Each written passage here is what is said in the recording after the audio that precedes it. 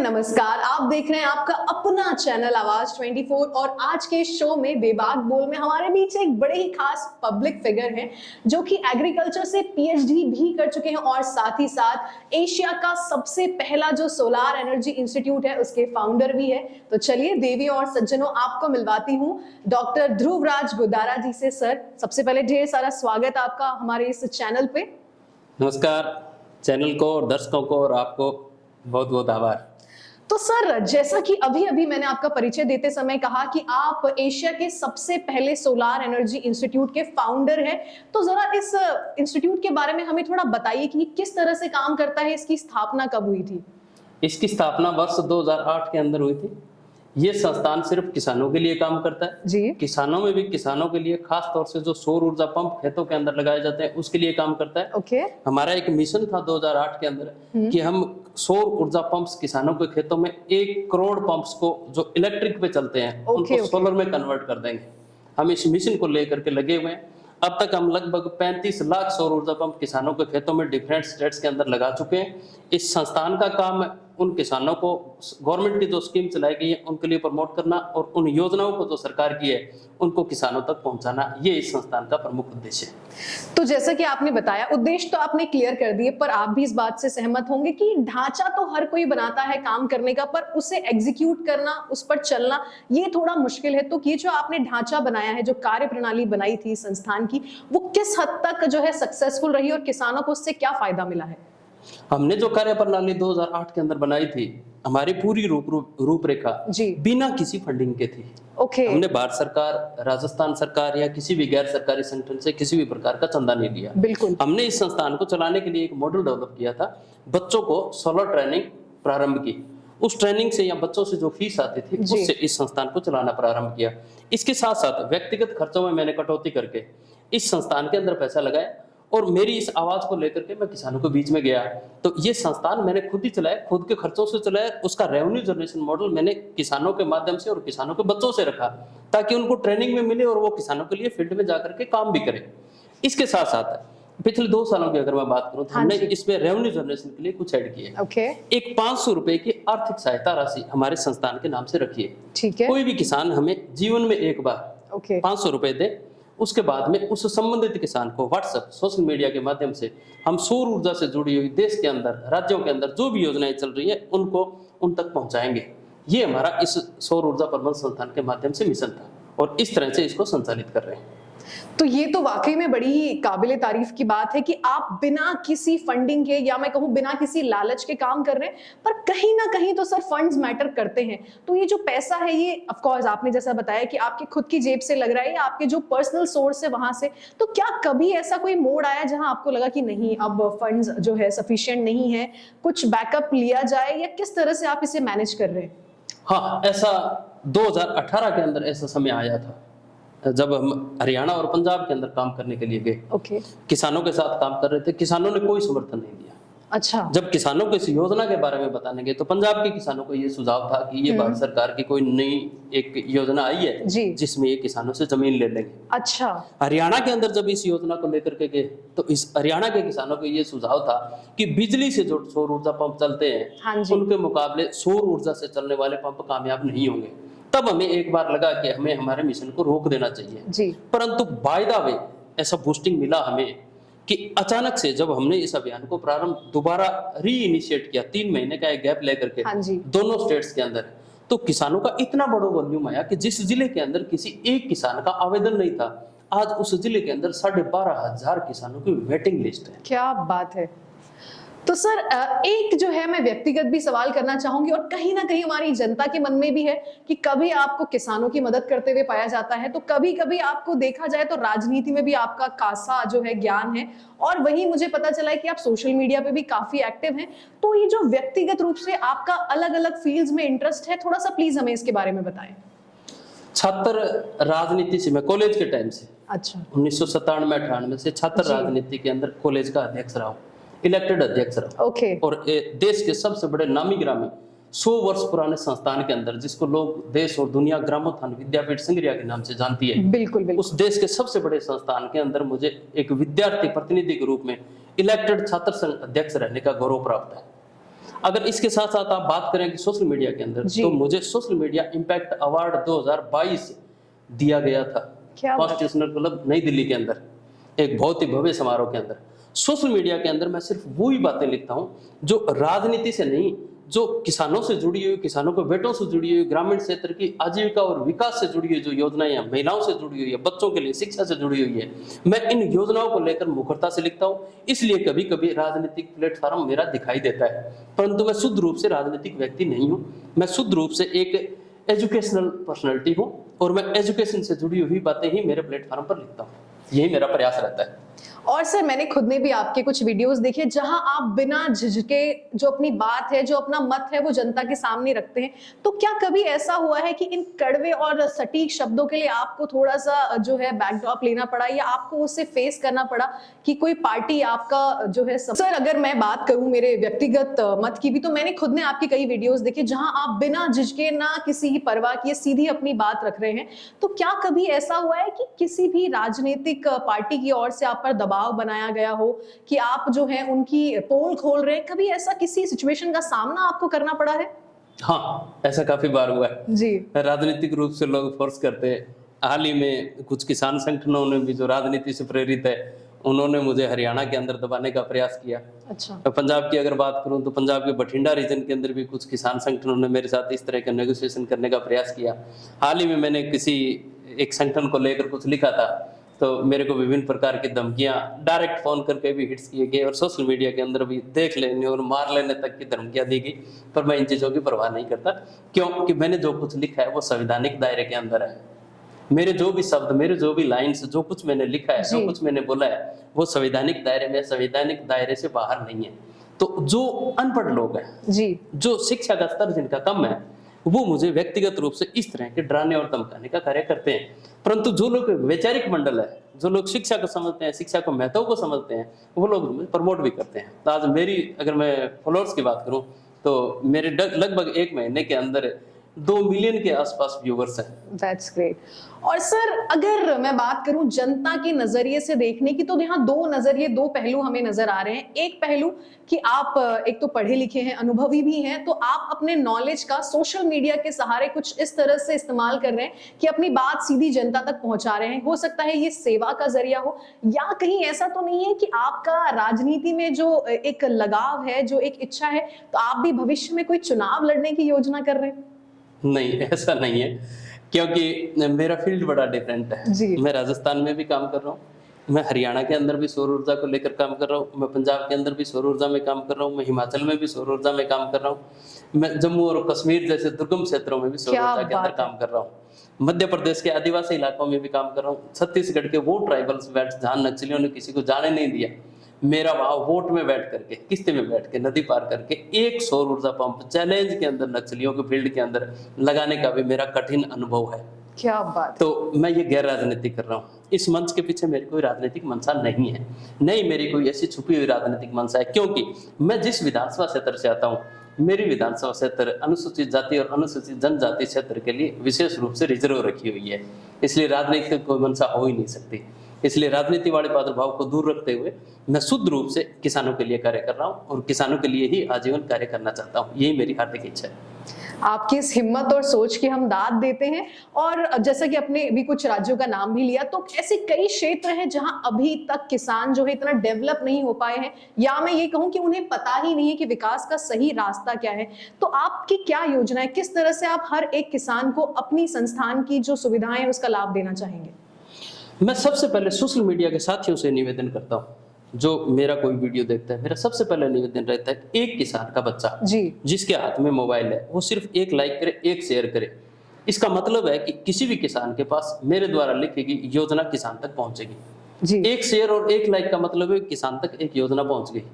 इसको मैं इस संदर्भ में देखता हूँ सोशल मीडिया को। तो बिल्कुल। अब रही बात धरातल के अंदर कैसे काम करते हैं, तो धरातल के अंदर वास्तव में सूचनाओं का बहुत अभाव है। मैं आपको हरियाणा का ताजा फिगर है उससे बताता हूँ जी, कि हरियाणा के अंदर पिछले वित्तीय वर्ष के अंदर 26,000 पंपों का, सौर ऊर्जा पंपों का आवंटन हुआ था।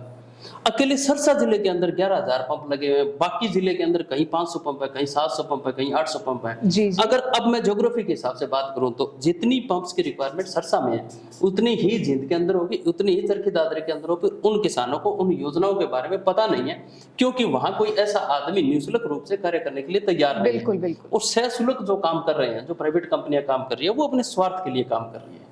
उनको जहां तक अपना मॉड्यूल और स्वार्थ दिखाई देता है वहीं तक काम करती है, उसके बाद में जाकर के रुक जाती है। बिल्कुल। हमारे संस्थान का ऐसा कोई उद्देश्य नहीं है, हम अनलिमिटेड काम कर रहे हैं। तो सर, आपके संस्थान ने राज्य सरकार और भारतीय सरकार को कौन से सुझाव दिए, हम जरा जानना चाहेंगे इसके बारे में। राज्य सरकारें और भारत सरकार पहले किसानों को सिर्फ 3 हॉर्स पावर और 5 हॉर्स पावर के पंप ही उपलब्ध करवा रही थी। ठीक है। हमने एक पूरा डेटाबेस तैयार करके केंद्र सरकार को एक प्रस्ताव भेजा था कि किसानों को 5 हॉर्स पावर से लेकर 10 हॉर्स पावर तक का भी पंप अनुदान पर उपलब्ध करवाया जाए, जी। जिसको भारत सरकार ने माना है, राज्य सरकार ने भी उस प्रस्ताव को माना है। इसके साथ साथ ये भी सुझाव दिया था कि जो भूमि से पानी निकाला जा रहा है, हाँ जी, उसको लिंक करते हुए SCADA सिस्टम से जोड़ा जाए, ताकि हमारे पास रोजाना की ये गणना रहे कि हमने भूमि से कितना पानी निकाल लिया, हम वाटर हार्वेस्टिंग किस स्टेज तक करना चाह रहे हैं। ये भी हमने एक सुझाव दिया था। इसके साथ साथ सब्सिडी का दुरुपयोग नहीं हो, इसलिए इसको DBT से जोड़ने का प्रस्ताव दिया था कि किसान से पंप का पूरा पैसा नहीं लिया जाए, हाँ जी। किसान की जो हिस्सा राशि है संबंधित राज्य में सिर्फ वही ली जाए और बाकी पैसा कंपनियों को सीधा दे दिया जाए। ये भी सुझाव दिया था। इसके अलावा एग्रीकल्चर इकोनॉमिक रिसर्च सेंटर के साथ भी मुझे मिलकर के एक अनुसंधान रिपोर्ट तैयार करने का सौभाग्य प्राप्त हुआ, जो AERC रिपोर्ट नंबर 173, 174, 176 है। उसको आप देखेंगे तो वेस्टर्न पार्ट ऑफ इंडिया है, वेस्टर्न पार्ट ऑफ राजस्थान है, एक हाँ जी। कंप्लीट पार्ट ऑफ गुजरात है। जी। इन 3 रिपोर्ट्स को कोई भी व्यक्ति देश का और दुनिया का गूगल के अंदर सिर्फ ध्रुवराज गोदारा लिखे ना, ध्रुवराज गोदारा लिख के आप बुक्स के सेक्शन में जाएंगे तो आपको कंप्लीट मेरी रिसर्च बुक वहां पे उपलब्ध हो जाएगी। आप निःशुल्क भी उसको डाउनलोड कर सकते हैं, आप पेमेंट देकर भी Amazon, फ्लिपकार्ट और गूगल से उसको डाउनलोड कर सकते हैं। वो एक किसान के पढ़ने के लायक दस्तावेज है। अच्छा। उसके अंदर ये लिखा हुआ है कि एक पंप कितने घंटे काम करता है, कैसे काम करता है, पंप का कॉन्फ़िगरेशन क्या होता है, किसान को उससे बेनिफिट क्या हो रहा है, हाँ जी। किसान उससे भविष्य में क्या बेनिफिट ले सकता है, उसका रख रखाव कैसे कर सकता है, ये सारी बातें दी गई है उसके अंदर। इसके अलावा अगर आप वर्ल्ड बैंक की वेबसाइट खोलेंगे, जी, विश्व बैंक, जो विश्व बैंक अपना पब्लिकेशन चलाता है, world bank group of publication जिसको बोलते हैं, वहां खोलेंगे तो basics of solar pump books पढ़ी है वहां पे, जिसके बारे में पर्टिकुलरली सोलर पंप्स के बारे में ही दिया गया है। ये दस्तावेज भी 2019 के अंदर वहां आया था। विश्व बैंक के पास भी ऐसा कोई डेटाबेस नहीं था, भारत सरकार के पास भी ऐसा कोई डेटाबेस नहीं था। वो पहली रेफरेंस बुक है हमारे द्वारा कुछ वैज्ञानिकों द्वारा मिलकर के लिखी हाँ गई, जी। जो देश और दुनिया के लिए एक मार्गदर्शक के रूप में काम कर रही है। इसके अलावा किसानों के खेतों में या किसानों की जो बंजर भूमि पड़ी है, जिसकी लगभग काउंटिंग अगर मेरे यहाँ बात करें जी, तो 2.5 करोड़ लाख हेक्टेयर जो बनती है, क्या बात जो है। बंजर भूमि है, जिसको पानी भी नहीं है, न बिल्कुल, भविष्य में बिल्कुल। होने की संभावना है, उसको सौर ऊर्जा में कन्वर्ट करने का प्रयास है। ये सुझाव सरकार को दिया था कि यहाँ सोलर पावर प्लांट्स लगाने की परमिशन दी जाए। वेस्टर्न पार्ट ऑफ इंडिया या राजस्थान में अगर जाएंगे तो आपको रेगिस्तान के दौरों के अंदर अब सौर ऊर्जा से सिंचित होती हुई जमीनें दिखाई दे रही है, जिसका किसानों को भरपूर लाभ मिला है। परंतु अभी तक योजना किसानों तक नहीं पहुंची है, इसलिए किसानों तक जाना चाहते हैं। लेह लद्दाख के अंदर अगर आप कभी गए हो तो आपने देखा होगा पूरा ड्राई है, वहां ग्रीन के नाम पे कुछ नहीं है, बिल्कुल, बिल्कुल सूखा है, एक सूखा बर्फ का मरुस्थल है। वहां विश्व की सबसे बड़ी सौर ऊर्जा परियोजना संचालित होने जा रही है। सौर ऊर्जा लगेगा और सौर ऊर्जा से वो प्रदेश सूखा बर्फ से ढका हुआ, वो पूरे देश की सौर ऊर्जा की रिक्वायरमेंट्स को पूरी करेगा।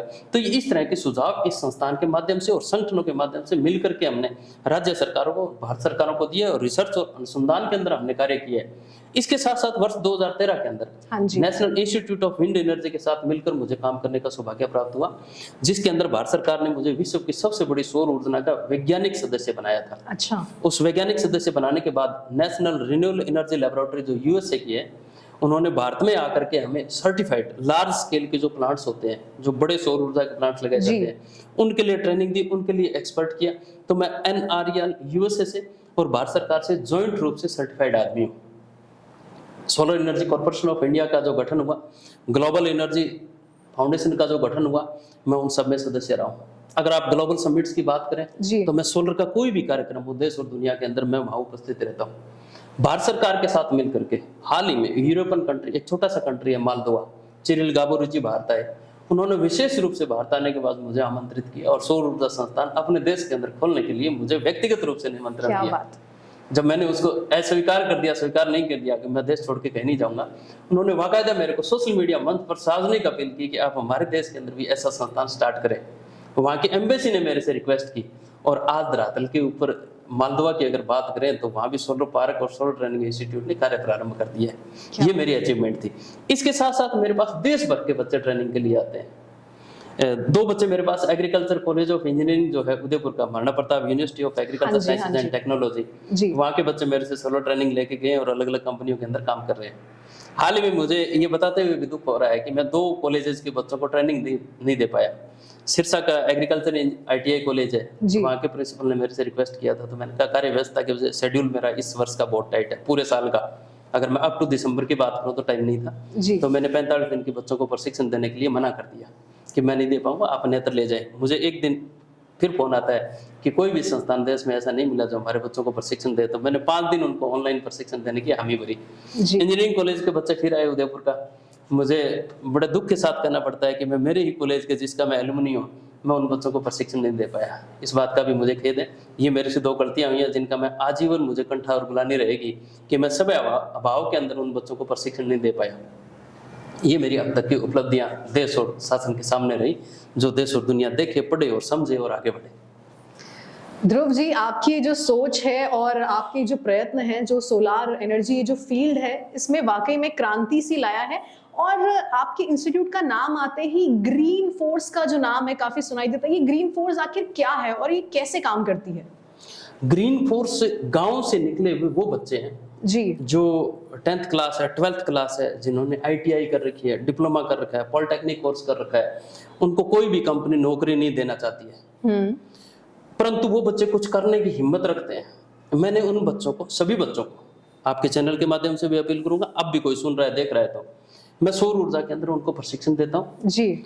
30 दिन का, 5 दिन का, 10 दिन का, मेरे पास अलग अलग कोर्सेज हैं, सर्टिफिकेशन कोर्सेज हैं। उससे वो बच्चा एक स्वरोजगार के रूप में अपना सोलर का व्यवसाय प्रारंभ कर सकता है। ठीक है। किसी भी सोलर कंपनी के साथ वेंडर बन के अपना कार्य प्रारंभ कर सकता है, जिसमें उसको कुछ भी इन्वेस्ट करने की जरूरत नहीं है, सिर्फ फिजिकली इन्वेस्ट अपने आप को करना है, 0 इन्वेस्टमेंट के ऊपर काम कर सकता है।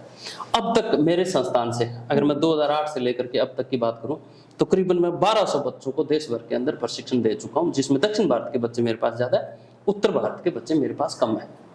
जब से कोरोना आया है उसके बाद में इसमें ड्रास्टिक चेंजेस आए। हमने फिजिकल ट्रेनिंग बंद कर दी और अब ऑनलाइन मोड के अंदर है।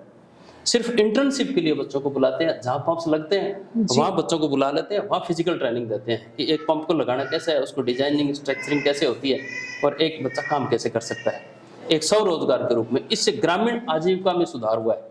तो ये वो वर्कफोर्स है जिसको हमने धीरे धीरे मिलकर तैयार किया है। ये ग्रीन फोर्स हमारे फील्ड के अंदर काम कर रही है, और ये इस ग्रीन फील्ड का भी वही उद्देश्य है कि वो किसानों को सौर ऊर्जा के बारे में, सौर ऊर्जा से जुड़ी हुई योजनाओं के बारे में निरंतर बताए, प्रचार प्रसार करे। ये हमारा इस ग्रीन फील्ड का उद्देश्य था। ध्रुव सर, आपकी बातों में अधिकतर जो है किसानों के बारे में, नव युवक जो है, जो हमारी यंग जनरेशन है, उनके लिए काफी सारी बातें हुई हैं। तो क्या आपको ऐसा लगता है कि हमारे जो किसान है और जो हमारी नई जनरेशन है वो रोजगार के लिए काफी परेशान है, इसीलिए आपका ध्यान उनकी ग्रोथ पर है? मैं बैकग्राउंड, मेरा किसान परिवार है। मैं किसान परिवार, एक ग्रामीण पृष्ठभूमि से निकल करके BSc, MSc, PhD करता हुआ यहाँ तक पहुंचा। उसके बाद में मुझे कृषि विश्वविद्यालय में डीन कॉलेज ऑफ एग्रीकल्चर रहने का गौरव प्राप्त हुआ, डायरेक्टर स्टूडेंट्स वेलफेयर रहने का गौरव प्राप्त हुआ। उसकी वजह से मैंने देश भर के अंदर बच्चों के साथ घूम घूम करके विचार जाने, तो मुझे एक अंतिम प्रयास निकलता हुआ दिखाई दिया कि उत्तर भारत और दक्षिण भारत के अंदर शिक्षा बढ़ चुकी है। पूरा उत्तर भारत आज भी नॉन टेक्निकल और नॉन प्रोफेशनल एजुकेशन ले रहा है, जिसमें BA है, MA है, BCom है, MCA वगैरह है। ये जो स्मॉल कोर्स है जी, B.Ed है, IELTS है, जो सर्टिफिकेट कोर्स है, उनको एक कोर्स बना रखा है जी। दक्षिण भारत की अगर मैं बात करूं तो अगर किसी स्कूल से बच्चे निकले हैं, अगर मैं एक स्टेट की बात करूं, अगर 10 लाख बच्चे +2 करके निकलते हैं जी, तो उनमें से 90% बच्चे इंजीनियरिंग कोर्सेज में जाते हैं जी। प्रोफेशनलिज्म उन बच्चों के साथ। दक्षिण भारत पूरा आर्टिफिशियल इंटेलिजेंस टेक्नोलॉजी का उपयोग कर रहा है, फाइनेंशियल सेक्टर का पूरा उपयोग कर रहा है, एग्रीकल्चर सेक्टर का पूरा उपयोग कर रहा है, डिजिटल प्लेटफॉर्म्स का पूरा उपयोग कर रहा है। अगर आप सभी प्लेटफॉर्म्स को देखेंगे तो दक्षिण भारत से संचालित किए जा रहे हैं। तो मेरे मन में कहीं ना कहीं एक टीस थी कि इन ग्रामीण बच्चों को भी किसी रोजगार के क्षेत्र से जोड़ा जाए। अचानक से किसी भी गाँव से निकले आदमी को आर्टिफिशियल इंटेलिजेंस नहीं समझाया जा सकता, अचानक से किसी भी आदमी को निकले हुए लार्ज स्केल प्लांट्स के अंदर नहीं उठाया जा सकता। जब स्मॉल स्केल के अंदर कोई भी बच्चा एक एंटरप्रेन्योर के रूप में काम करेगा तो निश्चित ही उसकी भावनाएं समझेगी, विचारधारा समझेंगे, वो काम को समझेंगे, काम के मैकेनिज्म को समझेंगे, तो बच्चे ऑटोमेटिक नए सिस्टम में चले जाएंगे। अब सिस्टम में कितना सुधार हो गया, कभी सोलर पैनल को साफ करने के लिए भी हाथ से गन लेकर के एक एक प्लेट को साफ करना पड़ता बिल्कुल था, सही बात। कभी बच्चे उसके लिए काम कर रहे थे। आज पूरा प्लांट, विश्व का सबसे बड़ा पावर प्लांट जो फ्लोटिंग तमिलनाडु के अंदर लगा हुआ है, हाँ जी। रोबोटिक सिस्टम से साफ किया जा रहा है, और वो ही बच्चे कर रहे हैं जो मेरे यहाँ से प्रशिक्षण लेकर गए थे। तो चेंजेस देखिए, बिल्कुल। अगर उनको इस लाइन के अंदर लेके आए तो चेंजेस आए ना, चेंजेस आए तो बच्चे अपने आप अपग्रेड हो गए। उन्होंने एडवांस कोर्सेज के लिए, रोबोटिक्स के लिए, रोबोटिक्स में कैसे काम कर सकते हैं। रेगिस्तान के मरुस्थल में आप जाकर के देखिए, वेस्ट राजस्थान के अंदर, हाँ जी। जहां दूर दूर तक कहीं पानी नहीं है, वहां रोबोटिक सिस्टम से पैनल की सफाई कर रही है वही वर्कफोर्स जो ग्रीन फील्ड हमारे यहाँ से तैयार होकर गई है, क्योंकि बच्चों के सामने और कोई ऑप्शन नहीं था। इसलिए रोजगार के रूप में मैंने इसको देखा हाँ है, जी। रोजगार के रूप में इसको बढ़ाना चाहता हूँ, और किसान कम्युनिटी को इसका बेनिफिट मिले, इसी उद्देश्य के साथ इस संस्थान को मैं कैरी ऑन करना चाहता हूँ। और हमारे इस चैनल आवाज 24 से जुड़े हुए हनुमानगढ़ की जो जनता है जो सीधा आपको देख रही है, उनके लिए क्या खास संदेश है आपका? हनुमानगढ़ के लिए नहीं, मैं पूरे देश की जनता को इस चैनल के माध्यम से या आवाज 24 के माध्यम से बताना चाहूंगा कि सौर ऊर्जा प्रबंध संस्थान पूरे देश के लिए काम करता है। कोई भी देश का किसान इस संस्थान से जुड़े, संस्थान से जुड़ करके भारत सरकार से जुड़ी हुई योजनाओं को देखें और समझें। जब आप इन योजनाओं को देखेंगे और समझेंगे तब आपको पता चलेगा कि किसानों के लिए हम किस प्रकार का काम कर रहे हैं जी। अगर इन योजनाओं को देखना और समझना है तो हमें इस तरह की विचारधारा को प्रमोट करना होगा, वरना खाली बातें करने से, मंच संचालन करने से या मंच पे बैठ के बड़े बड़े भाषण देने से भी किसानों की आय दुगनी कर देंगे या किसानों में क्रांतिकारी परिवर्तन कर देंगे, बिल्कुल नहीं हो सकता। क्यों? जब तक धरातल से किसान नहीं जुड़ेगा तब तक प्रधानमंत्री जी का नारा बेकार है। बिल्कुल। प्रधानमंत्री जी का नारा बहुत अच्छा है, पर उस धरातल पर उस नारे को इम्प्लीमेंट हमें करना है। उन्होंने विजन दिखा दिया जी। बड़ा विजन दिखा दिया। इंटरनेशनल सोलर अलायंस, भारत नेतृत्व कर रहा है दुनिया का आईएसए के हाँ नाम जी, से, बिल्कुल। तो दुनिया उस संगठन से जुड़ी है। मेरा किसानों से निवेदन है कि किसान मेरे सौर ऊर्जा प्रबंध संस्थान संगठन से जुड़े। मैं आपके चैनल के माध्यम से निवेदन करना चाहूंगा कि जिले में कोई भी व्यक्ति अगर काम करना चाहता है और प्रशिक्षण प्राप्त करके इस सिस्टम में जुड़ना चाहता है तो वो हमारे साथ आए और किसानों के लिए अपने जिलों के अंदर काम करें। यही मैं आपके चैनल के माध्यम से किसान साथियों को और जनता को और आम नागरिकों को संदेश देना चाहता हूँ। ध्रुव जी, आपकी इस क्रांतिकारी सोच की हम सराहना करते हैं और उम्मीद करते हैं कि आपके संस्थान से और भी लोग जुड़ेंगे और रोजगार के नए अवसर उन्हें प्राप्त होंगे। आपके इस कीमती समय के लिए तहे दिल से शुक्रिया अदा करना चाहूंगी। तो ये थे हमारे साथ ध्रुवराज गोद्दारा जी, जो कि कई फील्ड्स में अपना इंटरेस्ट रखते हैं और काफी अच्छी जानी मानी शख्सियत है, या मैं यूं कहूं कि ये पब्लिक फिगर है। तो इनसे जुड़े हुए कोई भी अगर आपके सवाल हैं, आप इनकी संस्थान के बारे में कोई भी जानकारी चाहते हैं, तो सीधा कमेंट बॉक्स में आकर अपना सवाल कीजिए। और अगर अभी तक आपने चैनल को सब्सक्राइब नहीं किया है तो जल्दी से सब्सक्राइब कर लीजिए, लाइक और शेयर करना ना भूलें। धन्यवाद।